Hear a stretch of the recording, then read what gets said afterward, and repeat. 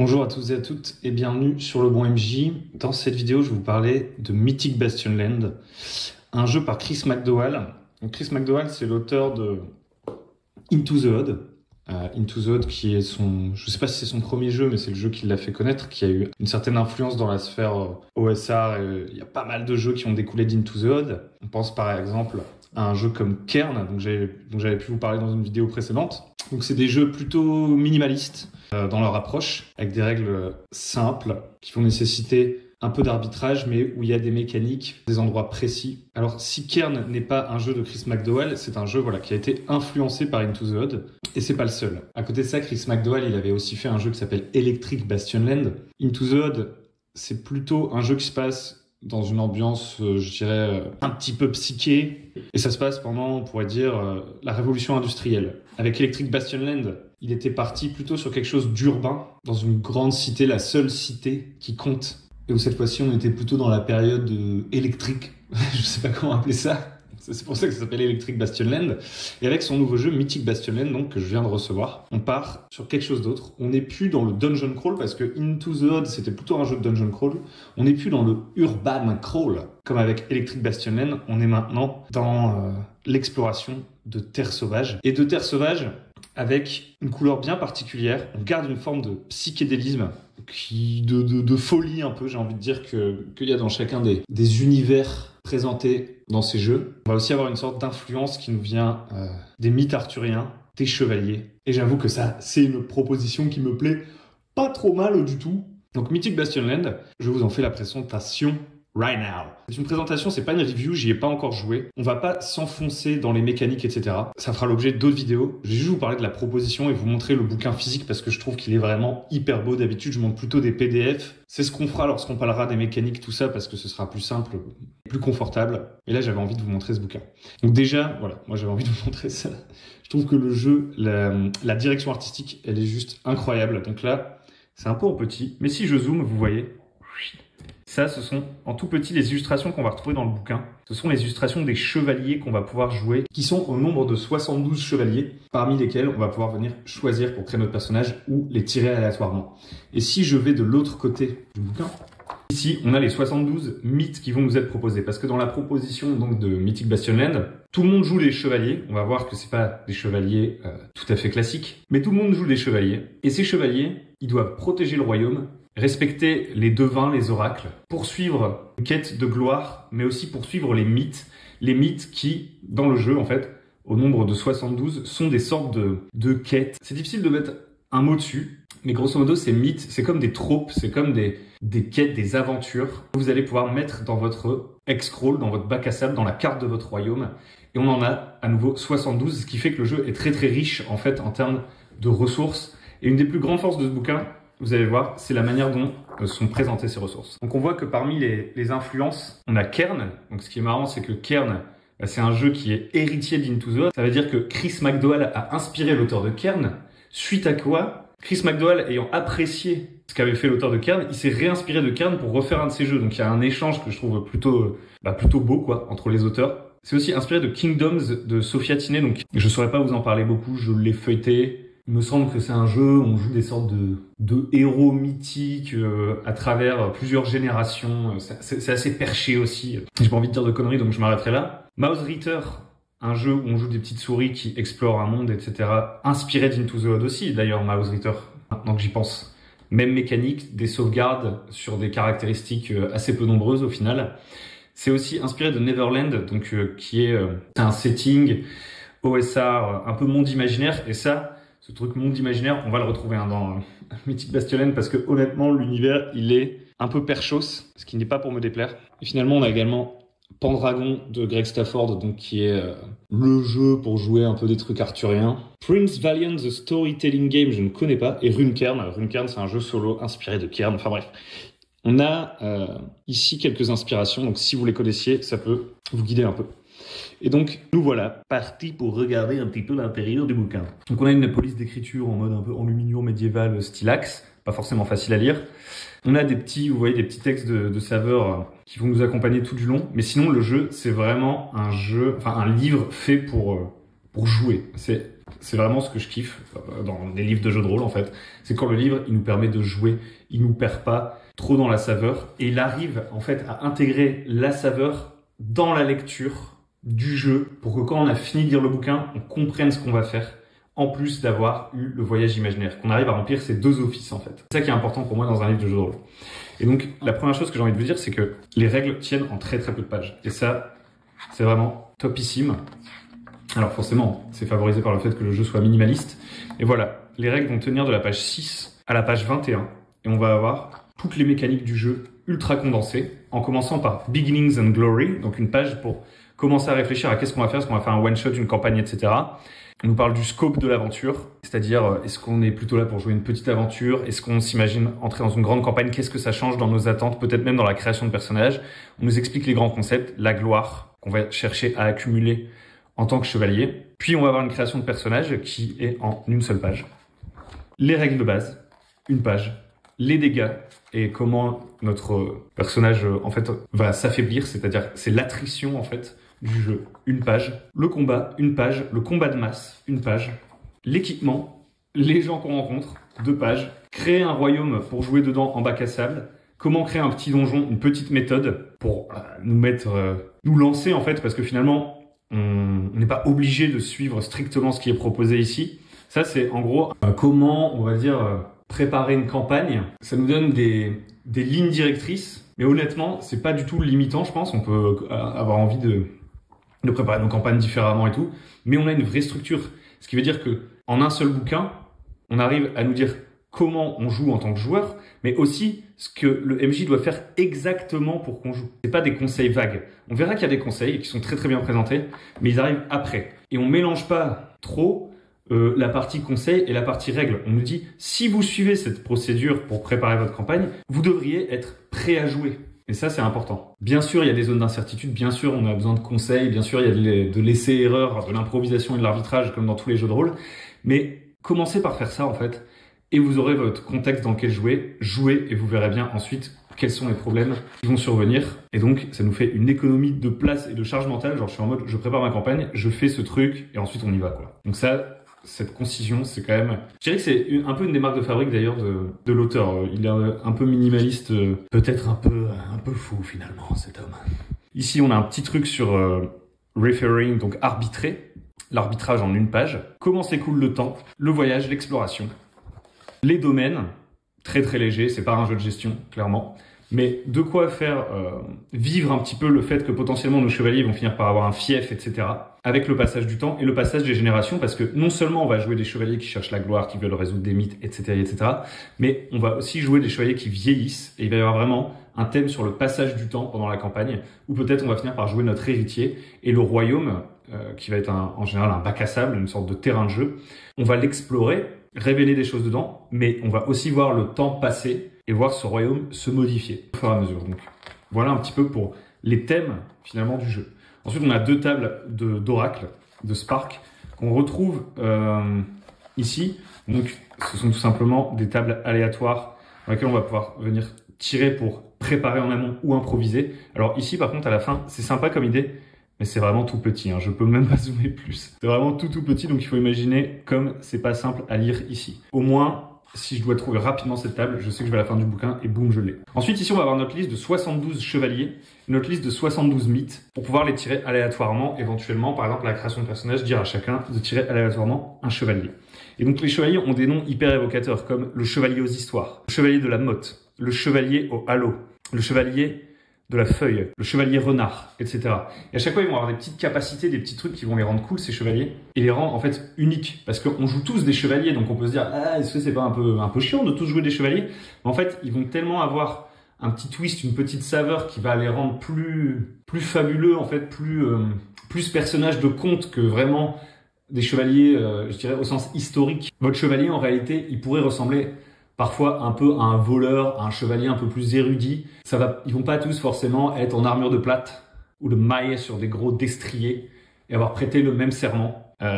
C'est une revisite du thème du chevalier, mais clairement on n'est pas dans quelque chose d'historique du tout. On est plutôt dans une ambiance à la Green Knight, pour ceux qui auront vu le film où il y a de l'étrange, etc. Alors même si le Green Knight c'est quelque chose finalement de très arthurien, c'est une revisite d'un des récits arthuriens. Ce qu'il faut comprendre, c'est que c'est la saveur plutôt de l'étrange qu'on vient chercher. Il y a un truc un peu à la labyrinthe de Pan, à la Alice au pays des merveilles, etc., je trouve, qui transparaît dans toutes les pages de ce bouquin. Et pour les mythes, c'est pareil. On va avoir des mythes qui ont des noms évocateurs simples, comme le mur, le lion, le gobelin, la bête, le juge, l'éléphant, le tournoi, la catacombe, le troll, la tour.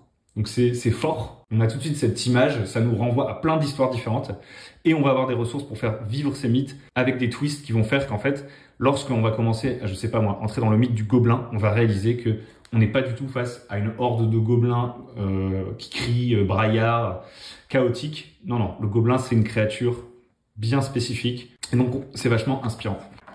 Et ensuite, en fait, la grande majorité du livre, ça va être des doubles pages comme celle-là, et je trouve que c'est trop stylé.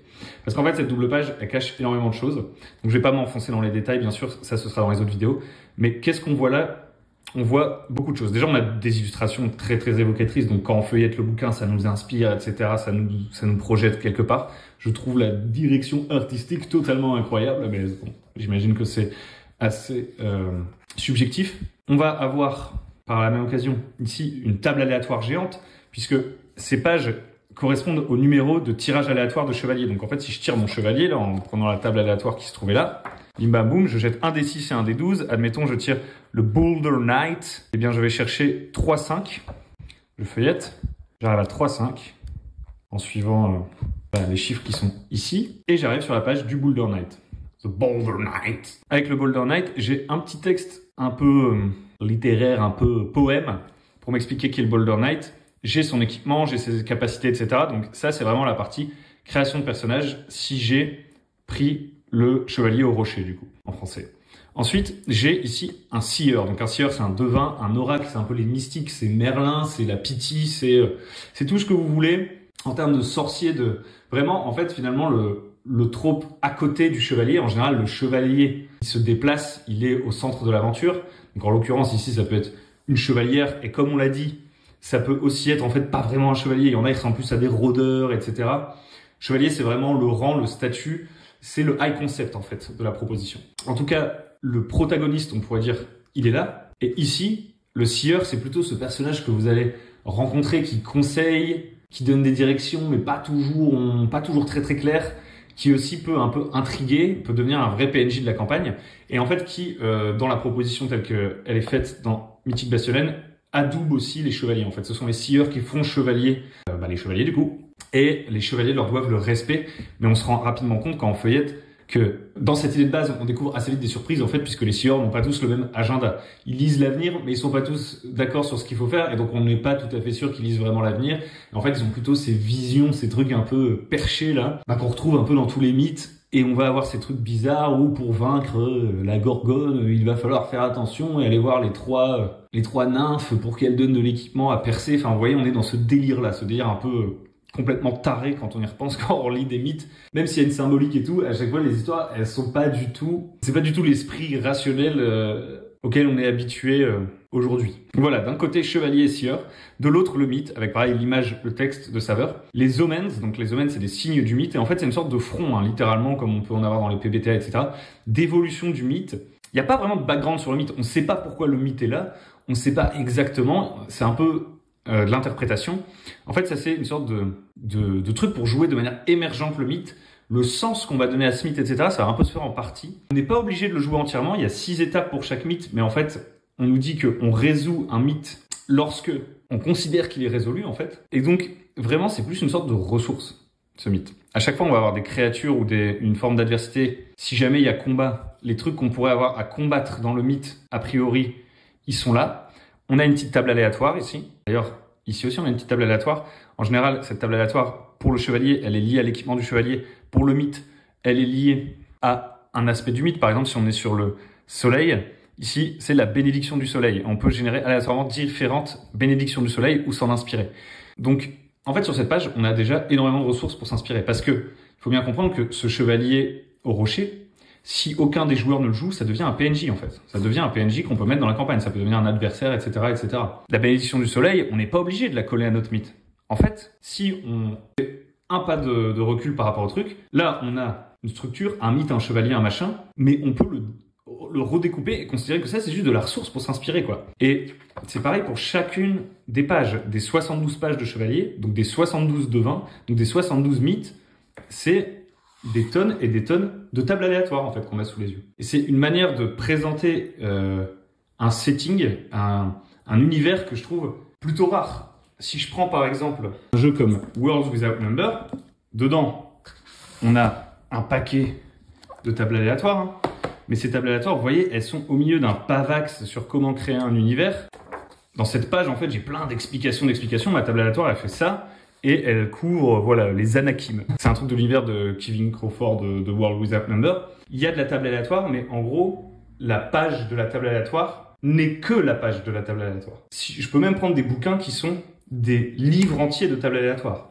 À côté, je peux prendre des bouquins qui sont des livres entiers de présentation d'univers, on va dire, littéraire, un peu, je vais pas dire verbeuse, ça dépend de comment c'est écrit, mais c'est souvent verbeux, où on nous parle de la chronologie, on nous parle du royaume, du machin, et voilà, présentation, on va dire, un peu guide touristique d'un univers. Là, en fait, on a en même temps une sorte de guide touristique, mais en même temps une table aléatoire. Ça dépend juste de comment on lit le truc, en fait. C'est ça qui, je trouve, assez ouf. Et un truc en plus, c'est qu'en bas de chaque page, on a également un type de personnage, un nom, une caractéristique du personnage, un objet aléatoire, une bête aléatoire, un état aléatoire, en train de creuser par exemple, un thème aléatoire, le coucher du soleil. Et sur la page de droite, on a un dwelling, donc une sorte d'endroit un peu dans la nature où vivent les gens, genre un village, un truc comme ça. Ici, une tour de guet. Un sanctuaire, donc les sanctuaires, c'est les endroits où sont les sieurs, les devins, etc. On a un monument, un endroit un peu contemplatif, genre un brasier solaire. Un terrain difficile, un truc dangereux sur la route, genre une nuée d'insectes piquants, une malédiction et une idée de donjon / ruine, quoi. Donc en fait, ce qui est très très intéressant, c'est pas seulement le fait qu'il y ait énormément d'inspiration, etc. C'est la manière dont c'est présenté. Parce que si je suis en train de jouer et que j'ai besoin, là maintenant, tout de suite, d'un nom de personnage, au lieu d'aller chercher ma table aléatoire de nom de personnage, je sais que sur quasiment toutes les pages du bouquin, en bas, j'ai un nom de personnage. Et donc ma table aléatoire, utiliser ma table aléatoire, ça revient juste à ouvrir une page aléatoire du livre et j'aurai tout un tas de différentes inspirations sur plein de sujets différents, peu importe où je me trouve dans le livre. Du coup, ça rend beaucoup plus utile ce petit marque-page parce que je vais marquer la page vraiment qui m'intéresse. Par exemple, je sais pas, on est plutôt en train de parler du mythe du lézard et en fait, au moment où on va me dire je vais parler à un paysan, il s'appelle comment? Au lieu de faire, attendez, elle est où la table des noms des paysans? Non, je tourne la page, je dis le paysan, il s'appelle Gilles, et je reviens ici. Et ça, c'est très très fort. Et c'est encore plus fort du fait que je sais aussi, après avoir lu le bouquin, que les règles, je les trouve dans les 20 premières pages, sans aucune difficulté. Que les règles, elles s'étalent pas sur tout le bouquin. Encore une fois, ça, bien sûr, c'est facilité par le fait que les règles soient simples, hein, de base, mais je trouve ça vraiment cool. Et donc voilà, on va avoir comme ça, au final, 144 pages, si on prend les 72 chevaliers et les 72 mythes, qu'on va pouvoir feuilleter avec des illustrations, des idées et des tables aléatoires. Donc vraiment très très cool. Et quand on arrive vers la fin du bouquin, on a une autre partie qui est extrêmement bien rédigée, que j'ai lu plusieurs fois, parce que bien sûr j'ai lu les PDF avant de recevoir le bouquin. C'est le Hotpocrypha. Donc le Hotpocrypha, c'est finalement, c'est pas un guide du maître du jeu. On n'est pas en train de nous dire alors un bon maître du jeu c'est nanana. Bon, ça on l'a tous déjà lu 150 fois, on n'en peut plus. Non, le Hotpocrypha, c'est des commentaires de jeu par l'auteur. Et en fait, il nous dit, voilà, je vais vous parler de mon jeu et vous dire ce que moi, en tant qu'auteur, je trouve cool, moins cool, dans différentes petites scènes jouées, quoi. Et en fait, en tournant les pages, on va avoir vraiment tous les aspects du jeu, potentiellement, auxquels on pourrait penser. Par exemple, le début de campagne, la création de personnages. Si je fais un peu plus loin, l'exploration, le fait que les PJ prennent des actions, enfin fassent des actions, les dégâts, etc. En fait, tous les sujets de règles, les armes, la mort, vont être traités avec à chaque fois en fait un petit dialogue court qui représente une situation, une conversation, comme on en retrouve dans beaucoup de jeux de rôle, hein, les exemples, les machins, les trucs. Une situation où on a véritablement l'échange entre le MJ et les PJ. Donc ça, c'est vraiment un actual play, si vous voulez, écrit. Vous voyez la lumière, machin truc, oh d'accord, je vais voir, etc. Comme si c'était la partie de jeu de rôle en train de se dérouler. Et sur la deuxième colonne, les pensées, commentaires de l'auteur sur ce truc. Et donc en fait, ça c'est vraiment excellent parce qu'au lieu de nous donner des grands principes de jeu de rôle, voilà, on nous donne à la fois ces principes, ils sont bien dans le bouquin, notamment dans la partie arbitrage qui se trouve au tout début et qui tient en une page. On nous donne les principes, mais on nous donne aussi les principes appliqués à tout un tas de cas pratiques, tout en nous disant là il aurait peut-être pu faire ça, là il aurait peut-être pu faire ça. C'est pas dogmatique et stupide, c'est les réflexions de l'auteur en fait sur le style de jeu qu'il essaie de mener, comment il mène son jeu et en expliquant pourquoi dans la situation qu'il est en train de présenter, par exemple il y a un PJ qui s'est trompé dans la règle, qu'est-ce qu'il ferait lui en partie? Probablement qu'il dirait bon bah c'est pas grave pour cette fois, il vaut mieux qu'on continue à jouer mais on fera plus attention par la suite, plutôt que d'arrêter toute la partie pour relire la règle et essayer de faire bien le truc. Voilà, c'est que des trucs simples comme ça, mais c'est hyper didactique je trouve. Et ce que je trouve aussi assez intéressant, c'est que d'habitude dans les livres de jeux de rôle, souvent ce genre d'exemples, ils vont en fait être présentés sous la règle. Par exemple, je vais avoir, j'en sais rien, un combat, et je vais avoir chaque règle de combat, et après chaque règle de combat, je vais avoir un exemple. Et en fait, ça va faire que, à ma première lecture, éventuellement, ça va m'aider à la compréhension. Mais si, par exemple, je veux rechecker la règle rapidement, ma page de combat, la Specifics of Combat, elle a doublé de taille, en fait. Et donc, pour trouver l'information pertinente, c'est un peu plus compliqué. Là, je sais qu'ici, il n'y a que les règles brutes, dégrossies, sans fioriture. Les règles, dans leur plus simple expression, je vais les retrouver en une page. Et les conseils, les exemples, etc., je les trouverai à la fin. Et donc, je trouve que cette structure-là, elle est plutôt pas mal, honnêtement. Parce que je peux lire le bouquin, me dire, ok, là, je suis pas sûr d'avoir compris. Mais c'est pas grave, j'avance. Et puis ensuite, quand j'ai fini de lire les règles et que je me dis, oh là là, j'ai trop envie de jouer et tout, je peux aller lire le petit Apocrypha. Et si jamais je souhaite faire l'aller-retour, bah, je fais l'aller-retour. Genre, j'ai pas bien compris une règle, je vais voir tout de suite l'exemple de combat à la fin du bouquin. Mais en tout cas, pendant la partie ou quand je voudrais rechecker les règles vite fait, avant une partie, etc., je pourrais aller sur ma page où les règles elles tiennent genre en ultra condensé quoi. Et le jour où je suis pas sûr d'avoir fait le bon arbitrage, que j'ai un doute, je connais la règle, mais genre je me dis ah cette situation là j'ai pas su la gérer, peut-être que je vais trouver des réponses dans le Apocrypha à la fin. Donc en fait toute la structure de ce bouquin je trouve que c'est vraiment topissime. Il est trop beau. J'ai envie d'y jouer. D'ailleurs j'y joue demain à l'heure où je vous parle. Et voilà, j'avais envie de vous parler de ça. Merci de m'avoir écouté. C'était Mythic Bastion Land. On se retrouve très bientôt sur Le Bon MJ. Des bisous.